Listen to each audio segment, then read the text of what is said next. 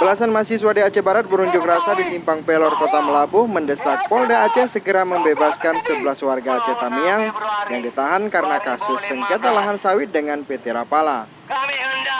Menurut mahasiswa, saat ini masyarakat Desa Payarehat, Senebu Aceh, Tanjung Lipat, dan Payat Tinggi Aceh Tamiang berada dalam kesewenang-wenangan pihak perusahaan kelapa sawit Parasawita yang kini telah berubah nama menjadi PT Rapala.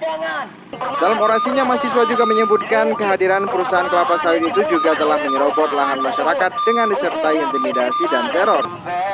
Dalam pernyataan sikapnya, Koordinator Aksi Rino Abonita mendesak Polda Aceh untuk membebaskan ke-11 warga Aceh Tamiang yang ditahan sejak 15 April 2015 lalu dengan tuduhan membakar 3 batang kelapa sawit di area PT Rapala.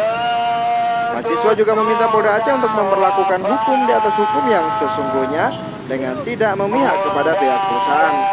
Selain itu, mahasiswa juga mendesak Badan Pertanahan Negara membebaskan 144 hektar lahan yang menjadi hak warga.